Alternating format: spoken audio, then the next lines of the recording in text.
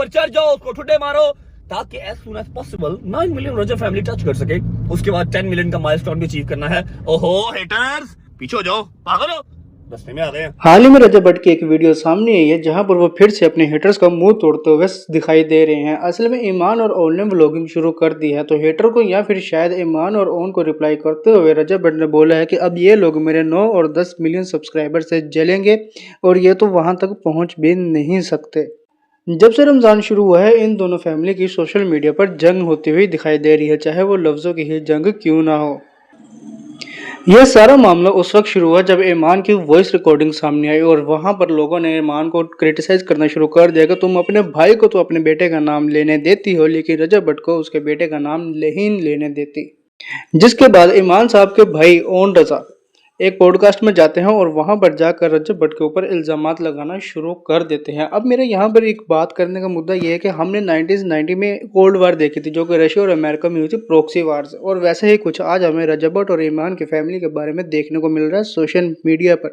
मेरा ये सवाल है कि अगर तुम लोग रिश्ता रखना चाहते हो तो तुम लोग आपस में बैठकर सॉर्ट आउट क्यों नहीं करते, पूरी दुनिया को क्यों दिखा रहे हो?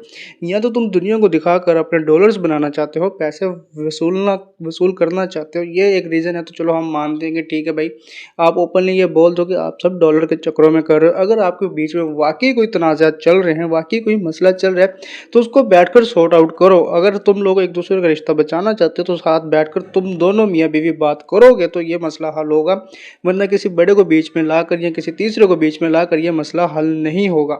हम पहले रमज़ान में देखते कि रमज़ान ट्रांसमिशन में शोज़ होते थे तो उसमें इनामात वगैरह दिए जाते थे या एक कल्चरल किस्म का शो होता था, इंफॉर्मेटिव होता था। लेकिन आजकल यहाँ पर दो चीज़ें हमें देखने को मिल रही हैं कि जैसे ही ये शो होस्ट्स पूरा साल तो दुपट्टे का बगैर शो होस्ट करते हैं और तंजो मजाक करते रहते हैं, लेकिन जैसे ही रमज़ान आता है सर पे दुपट्टा होता है, इतने पाक साफ होकर तमीज़ से शो करते हैं।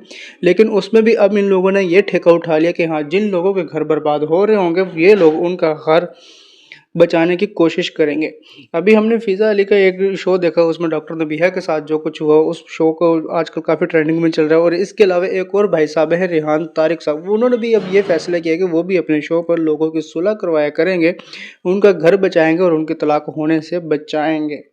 देखो, मैं तो एंड पर सिर्फ इतना ही कहूँगा कि जो मियाँ बीवी का आपस में मसला होता है वो मियाँ बीवी ही आपस में सॉर्ट आउट कर सकते हैं, इसके अलावा और कोई भी नहीं। अगर आप लोग किसी तीसरे को या किसी बड़े को बीच में लाओगे तो वहाँ पर आप लोगों का मसला हल नहीं होगा बल्कि और बिगड़ेगा। और अगर दूसरी बात, आप लोग एक दूसरे का रिश्ता नहीं रखना चाहते तो चुप करके एक दूसरे को छोड़ दो।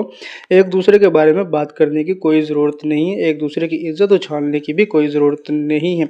अल्लाह ताला ने भी कुरान मजीद में फरमाया है कि मियाँ बीवी एक दूसरे के लिबास हैं। तो अगर तुम लोग रिश्ते में हो तो तुम लोगों को अपने लिबास की हिफाजत करनी चाहिए, एक दूसरे की इज्जत उछालनी नहीं चाहिए।